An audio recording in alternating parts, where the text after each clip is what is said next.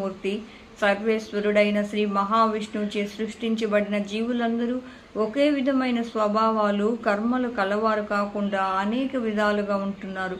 దీనికి కారణం ఏమిటో సెలవు ఇయ్యండి అని అడిగాడు. శంకుడు అతనికి ఇలా సమాధానం చెప్పాడు. ఓయి, సత్యము, రజస్సు, తమస్సు అనే త్రిగుణాల నుండి సృష్టిలోని జీవులు ఏర్పడ్డాయి.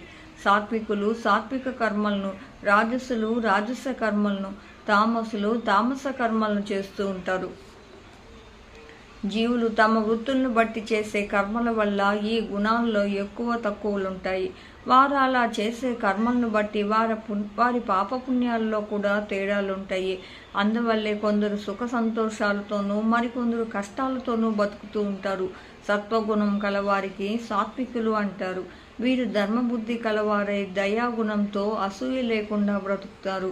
వీరెప్పుడూ సత్కర్మలు చేస్తూ హింసా ప్రవృత్తికి దూరంగా ఉంటూ నిర్మలమైన తేజస్సుతో ప్రకాశిస్తూ ఉంటారు.